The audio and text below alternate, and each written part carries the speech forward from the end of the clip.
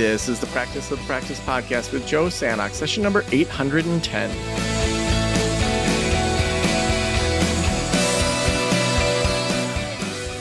I'm Joe Sanok, your host, and welcome to the Practice of the Practice podcast. I am so glad you're here. If you're brand new to listening to the show, welcome. I am so glad you're here. We have so many different podcasts on a variety of different things, mostly around starting, growing, scaling, and exiting your private practice. So we try to have a good balance between different business type things, case studies, people doing interesting stuff in business. This month, we've had some really interesting conversations.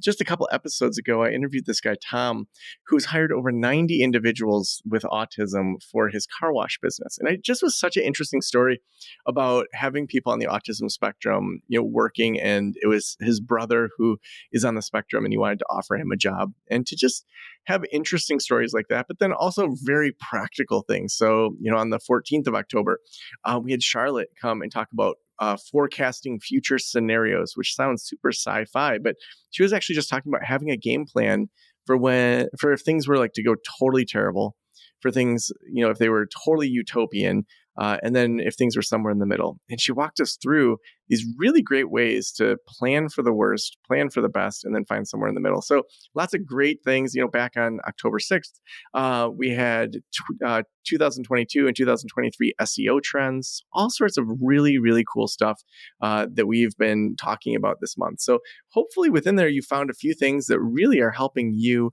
grow your business, do the kind of work you want, add value to the world. So I'm really excited today to have Dr. Sharon Grossman, who helps 6- and 7-figure executives and entrepreneurs to go from exhausted to extraordinary. Using her 3-step method, you learn how to overcome anxiety, overwhelm, and burnout in 90 days or less. And Dr. Sharon is the author of the international bestseller, The 7E Solution to Burnout. She's a psychologist and success coach, and she shares all sorts of tips and strategies as a keynote speaker and on her weekly podcast, Decode Your Burnout. Sharon, welcome to the Practice of the Practice podcast. I'm really excited to have you here today. I'm so excited to be here, Joe, and I cannot believe it's 810. You've been doing this for a long time. Yeah, it was, very early 2013. So we're about to have our 10-year anniversary in just a couple months here. So it's wild. It's wild. People that have been listening since the beginning heard all sorts of iterations of this show. Amazing. You're such an inspiration. Oh, well, thank you so much. Well, I'd love to hear about your work. It's always interesting to hear how people kind of went partially the traditional route and then how they went way non-traditional. Like you've done all sorts of things outside of kind of the typical psychologist story. But why don't we start with what is your story as a psychologist? What did that look like, when you kind of first graduated? And then we'll get into kind of how you got into the work that you do today. Yeah. So I started out working in a nonprofit immediately after grad school. And what I was doing there was I was part of this program that was all about early psychosis intervention. So we were working with young adults primarily, and the mission was very noble. It was to help people to avoid having kind of chronic situations, to understand their mind better. We incorporated a lot of CBT into that work. And I stayed with that program for a few years, and I kept kind of rising up in the ranks. But I got to a point where it was either go into management or just kind of stay where I was. And I was kind of ready for the next thing. I did not want to manage people. I was like, this is not why I went to school. I love doing clinical work. I want to work with the people. So I started looking around for my next move. Like, where was I going to go from here? And I quickly realized that there really wasn't anything that was a fit. And what was really driving all of my decision making was my value to have work-life balance. So I noticed that either certain jobs required you to work nights and weekends, or there was going to be a very long commute. And that was something I wasn't really interested in doing. Like, it was either the wrong population or the wrong location or something just didn't fit. And I was very against going into business for myself. And part of the reason for that was because when I was a grad student, I remember going to an APA conference and attending this workshop by a psychologist in private practice. And he talked a lot about burnout, people who are in private practice and how they burn out. And, it's so easy for people to get into that place, primarily because, when you're your own boss, you only make as much as you work. And so I kind of had that in the back of my head. And I was like, well, I don't want to be that person. So I tried everything but. And then when I realized that there was nothing else for me to do and I was going to go into my own private practice, I decided that I was going to set it up in such a way to avoid burnout as much as possible. And so what I did was I found an office location that was really close to my gym, and I would create my schedule in such a way where I would have these extended lunch breaks, during which time I also went to the gym and did my workouts, so that I didn't have to wait until the end of the day when we're all tired and we're rushing home and we have to deal with our families and everything else. So there were no excuses because everything was baked in. And that worked really well for a while. And then I was like, I kind of feel like I need more of a challenge. I need something a little bit newer. And I had started doing some coaching on the side, but it was very generic. It was kind of like life coaching. It's kind of like when you're a therapist and you don't have a specialty. That's kind of how I would look at like coaching. It's like, yeah, we can help you with anything. Come on board. Mm-hmm. And I really wanted to specialize in something, and I didn't really know exactly what, but the concept of burnout kept kind of popping up. And I decided that I was going to do some research on the topic. I started to read other people's books on it. I started to look at the literature, and I decided that I was going to take all of my know-how, all of the skills and the techniques and things that I was teaching my clients in therapy, because I made them work for it, and put it into a book. And I wanted to have the focus of the book be burnout. And so essentially it's like, how do you learn these life skills that allow you to be more centered and be more in control of your mind, et cetera, so that you can live the life that you want to live without burning out. And so that's kind of how my book came about. But in the process of so doing, I started listening with a different ear to my patients. They would come in, they start describing what's going on for them. And now I was like, oh, this really sounds a lot like burnout. And I noticed how many of them were having these light bulb moments where they'd be like, oh yeah. And so I was like, okay, so what's happening here is that people know when they're exhausted and they know when they're stressed. They don't always add 1+1 and recognize that that's burnout. And so I made it my mission to go out there and do podcasts like this to really educate the public and say, like, listen, if you're having these kinds of symptoms, that is burnout, and you need to address it in a very different way than you would if it was just acute stress, right? It's a different animal. Burnout is chronic stress, for the record. So that's kind of how that started. And then from there, my coaching became very much focused on burnout specifically. And I really, really enjoy that work. I find like it's very fulfilling to help people get back into the work that they love to do, but aren't able to do it. It just for a whole bunch of different reasons. I really find it very fulfilling. And so eventually I actually moved away from the therapy practice. And now I am focusing only on burnout, whether it's speaking, coaching, consulting, whatever it is. That's kind of how I landed here. Yeah. Now, when you were first starting to like explore transitioning out of doing therapy and you were growing some coaching and learning about burnout and articulating your unique way of kind of talking about burnout, was there much imposter syndrome? Like there's all these other people talking about this. Who am I? Or were you just like, I'm into this. I'm going to just try it. Like, what was your mindset during that phase? No, I actually didn't have imposter syndrome. I was just like, I've been doing therapy for like 20 years. I know what makes people tick. I understand personality. I know what it's like when you're anxious and you're stressed and you're feeling guilty or you're feeling frustrated, all of these things that are a result of our thoughts. And burnout's really not that different. We're filled with all kinds of thoughts that lead us into a negative mental and emotional state, which leads us to do things differently or affects our performance at work. And so a simple way of kind of explaining that is if you look at the three different symptoms that are the key cornerstones of burnout, we see there's exhaustion, which typically is more of a mental than a physical exhaustion. We see cynicism, and we see a decline in performance. And so the way that I like to think about it is that you're probably exhausted for one of several reasons, but for most people, it's because they're just doing too much. They're just working too many hours. They're not getting a chance to really recharge their batteries. And so at some point, their attitude starts to change. Maybe you started doing this because you were really passionate about the work. And after a while, you're kind of drained. And so you start becoming really negative. Maybe you're resentful. And then your performance starts to decline. And the more that happens, the more it really affects your confidence and your ability to do the work. And that's where sometimes people have anxiety, imposter syndrome, all these things that kind of show up. And the more you're stuck in that negative state, the more exhausted you feel, and around we go.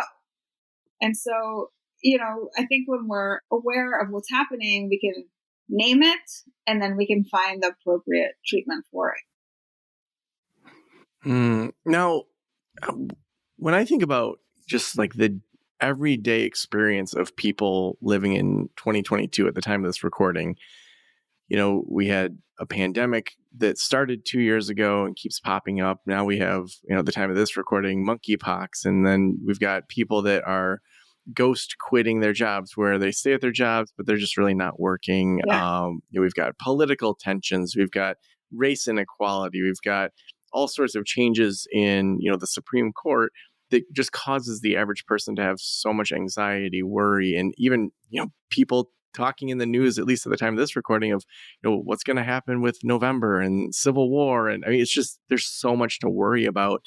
And my kids always want snacks. Like, I swear, like, it's like, I just saw a thing today on Twitter that said parenting is like getting in a car accident, and the second you stand up, your kid wants a snack. It's just, so the average person, it feels like right now, is dealing with so much just general stress. And so how do you parse out just a crazy couple of years from like deep burnout, deep anxiety, something that you really need to see someone for or recognize in yourself? Like, how do you parse that out? Well, we all know what stress feels like when it's acute, right? It's like when you are stuck in traffic, or somebody cuts you off, or your kids are just really loud and you get really triggered. That's acute stress. And we all experience that every single day. But chronic stress is a different animal, and it affects us differently. It's kind of like, if you think about people who have chronic trauma, right? When you have something that happens to you, like you got in a car accident, if it wasn't too bad and it doesn't kind of stay with you, it was just kind of stressful at the time. But then we also have these traumas that we never get over, and they're always kind of triggering us all the time. And so that's kind of a way of thinking about the difference between acute and chronic stress. And what we see with chronic stress is, as I mentioned, the symptoms are different. You don't just feel wound up, but you feel exhausted. And that's what we see a lot of times. People are wired and tired. They're not able to go to sleep at night. And they just have a lot of these intrusive thoughts, and it just doesn't stop. And I kind of think about it like an onion, where because you're constantly coming up against the stressor, whatever that is, again and again, it's like there's layer upon layer upon layer of stress. So we really need to take a look at what is it that's stressing you out so much. And there's a whole gamut of things that lead to burnout, really. And based on that, we have an intervention that's very much tailored to your specific situation. Because, we can't just say, oh, everybody do this one thing, and then if you're burned out, you'll be fine. Because just like with regular stress, like you might become stressed because of your kids, and I might become stressed because of a coworker of mine or my neighbor, or because I have too much to do in too little time. I mean, everybody has different things that stress them out. And what stresses you out may not stress me out. Right. And so that's why it's a very individualistic sort of question that everybody has to determine for themselves. And I think when we take the time to ask the right questions and identify what is leading me to feel the way that I feel, then we can start to move in the direction of the solution. Whether you're starting a solo practice or thriving in solo practice, getting a group going or thriving in a group, or launching a big idea or thriving with your big idea, we have a consultant that can help you. With our team, we continue to grow to have consultants that will help you at every single phase of practice. If you want to apply to have a 30-minute pre-consulting call with me, I would love to chat through where you're at. The goal is to just hear where you're at, where you're headed, where you want to change things, and then to say, here's where I'd spend my time and money if I were in your situation. We have enough people applying at every phase of practice. We don't need to squeeze you into anything. In fact, we would hate that. We would rather say, here's where we can join you and offer some consulting to help you reach your goals faster. So apply over at practiceofthepractice.com/apply if you want some help with one-on-one consulting today. Again, that's practiceofthepractice.com/apply. Now, what are some things that maybe clinicians miss when they're working with their clients that really points to burnout, stress, those sorts of things? Well, I'm not sure that there's one thing per se, but I like to think about 3 different personality types that end up burning out the most. And so the way I delineate it is, if you are a thinker, that means that you're stuck in a lot of negative self-talk or a lot of just negative thinking. Could be ruminations, could be imposter syndrome, just a lot of thoughts in your head that bring up a lot of negative energy, whether it's anxiety, stress, frustration, guilt, whatever it is. If you're a feeler, then you're more of that people pleaser who wants to do everything to make sure everybody's taken care of. And that's why you don't actually have time for yourself. And then you start feeling resentful because other people aren't reciprocating and they're not doing for you what you're doing for them. You get stuck in that victim mentality. And so you're going to exert a lot more energy focusing on those kinds of things and feeling frustrated and resentful. And then if you're the doer, you're the kind of person who is probably taking on way too much stuff and doesn't know how to say no. And it's because, whereas like the feeler doesn't know how to say no because they're trying to please the other person and take care of that other person, the doer doesn't know how to say no because they have something to prove. They want to make sure that they accomplish enough so that they feel worthy. And so I think these 3 different types burn out for different reasons. And if you find yourself in one of those 3 descriptions, then the answer to get to the other side of that coin is going to very much depend on which of those 3 is fitting. And sometimes people find that it's more than one. Like sometimes people are like, what if I'm all 3? And you can be, which just means that you have a lot more work to do, to undo a lot of that, because it's basically our conditioning, right? We're not born this way. There's a reason why you think the way that you do and the way that you act in the way that you do. So it's just about having some self-awareness of what are the things that I do, what are the things that I believe that lead me to engaging in the work or with other people in this way so that I can set up boundaries better, or that I believe in myself without having to prove anything, or that I manage my own mind so that I'm not stressed out, or I don't feel like I have to do everything perfectly. And, I'm not stuck with all of these unreasonable expectations for myself. So I hope that answers your question, but that's kind of how I think about it. And I actually created my podcast, Decode Your Burnout, specifically to look at these 3 different types and to help people identify their version of burnout so that they can find solutions that are customized to them, so that it's not this one-stop shop. It's not a one-size-fits-all. Yeah. Now, when you think about your own habits to avoid burnout, like what do you do that works for you? Well, I have to say that I feel so incredibly blessed being a business owner because I get to make my own hours.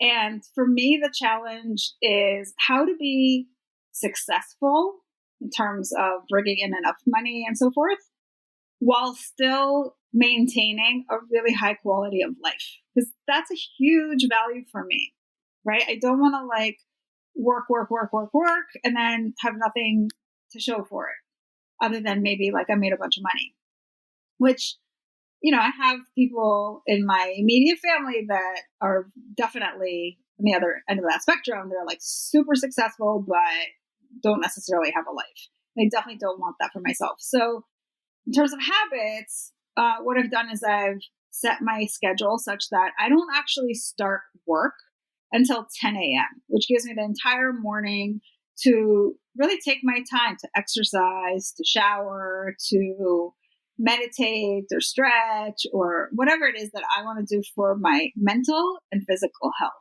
And so if you start your day right, and then you go into your work, then you're already kind of filling your own cup, and you're not like, because we're in the helping industry. So if you want to help other people and you don't help yourself, you're going to run out of juice at some point.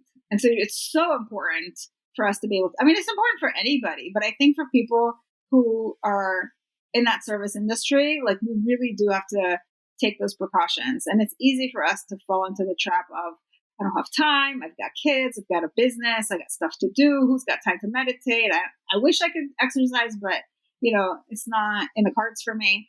And I think that it's just a mindset shift. Like you have to just accept the fact that if you're not going to prioritize yourself, it's never going to happen. And then you have to create the time for that, whether it means that you wake up earlier or that you push your start time to later, but it has to happen. You got to figure out how to make it happen. And previously, like I said, I just did it such that in the middle of the day, I would create a break and go to the gym when I was still kind of in my therapy office. So there's not like a like one way to do it, but it's definitely, it has to be baked in. That's what I would say.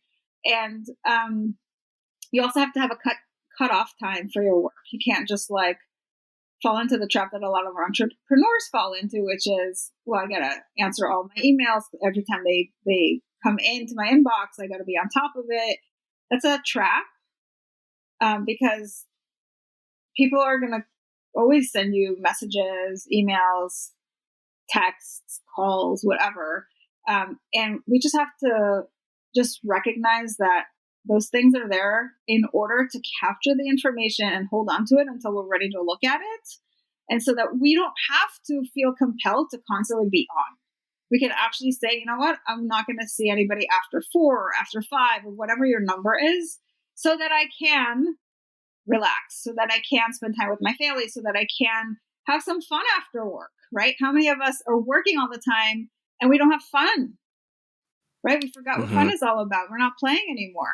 So I think it's just this really big mindset shift, and it's about being intentional about the way that you schedule yourself. And that's actually the beauty of being an entrepreneur and being self-directed. No one's telling you have to work at these hours or do nights and weekends. Like you get to decide for yourself. So think about what works best for you and what you need to do in terms of your own personal health, your mental health. We're in the mental health business, and if we're not taking care of our own mental health, that's a problem.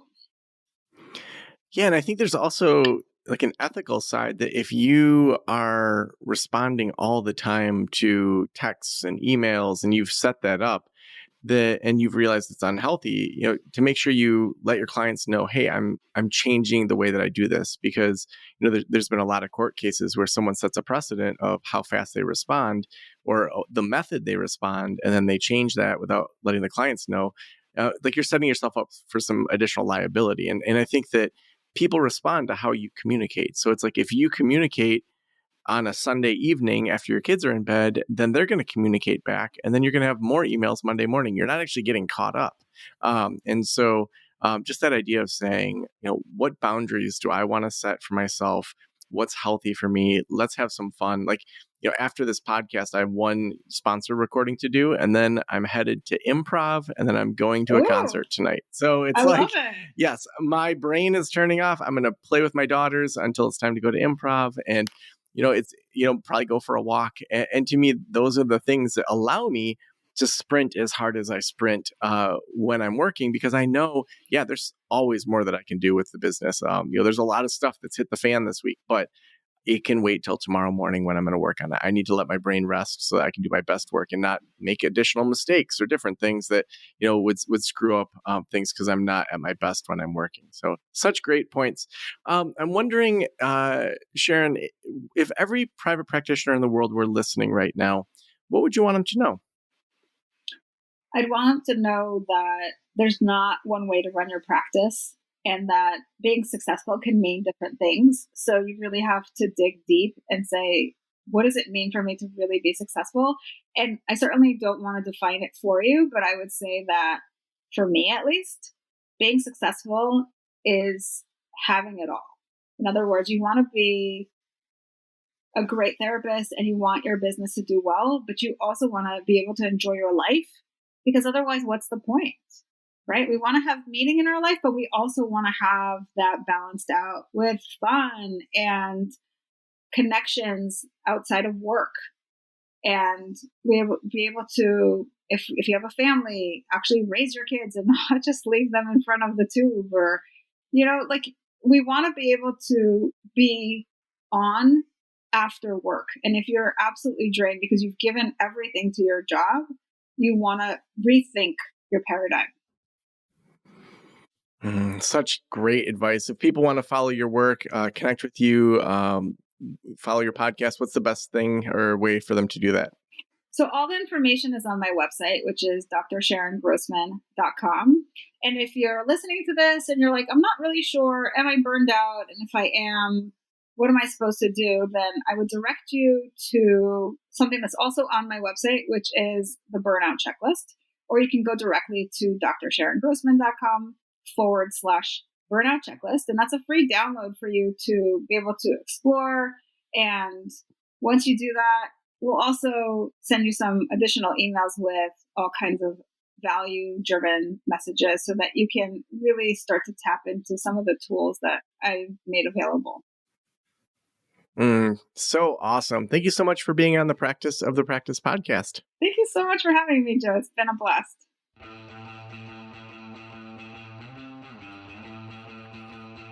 I'm so excited to have conversations like this, because we are taught in grad school and kind of from other people that, here's the path for a therapist. You work at a nonprofit, work at a CMH, maybe do a little bit of private practice, but our skill set is so needed in the world. And so, when people are out there doing podcasts and writing and doing courses and all sorts of other things, it's just so inspirational to me, because there's just so much creativity behind it. And it goes beyond just giving yourself that kind of hourly wage as well. So hopefully you're finding all these episodes, we're doing 4 a week, really helpful for you. We've got tons more episodes coming out in the coming months. And, if you need help, you should head over to practiceofthepractice.com/apply. We have consultants that are here to help you in so many different ways, myself included, to walk you through one-on-one what you need to do in your practice, what you need to do to level up. And you'll have a conversation with Jess, who's our director of details. And then she'll pair you with the best consultant to have a pre-consulting call with. And, honestly, we have so many people applying that we just want it to be a good fit. There's not a hard sell. We never try to upsell you into something you don't need. We say, if I was in your situation, here's where I'd spend my time, here's where I'd spend my money, and here's some low-hanging fruit that whether or not you work with us is going to be helpful for you with the goals that you're working on. So if that sounds good to you, to have a half-hour call with one of us to just see if consulting might be a fit, just head over to practiceofthepractice.com/apply. And again, that's practiceofthepractice.com/apply. Thank you so much for letting me into your ears and into your brain. Have an amazing day. I'll talk to you soon. Special thanks to the band Silence is Sexy for that intro music, and this podcast is designed to provide accurate and authoritative information in regard to the subject matter covered. It is given with the understanding that neither the host, the producers, the publishers, or guests are rendering legal, accounting, clinical, or other professional information. If you want a professional, you should find one.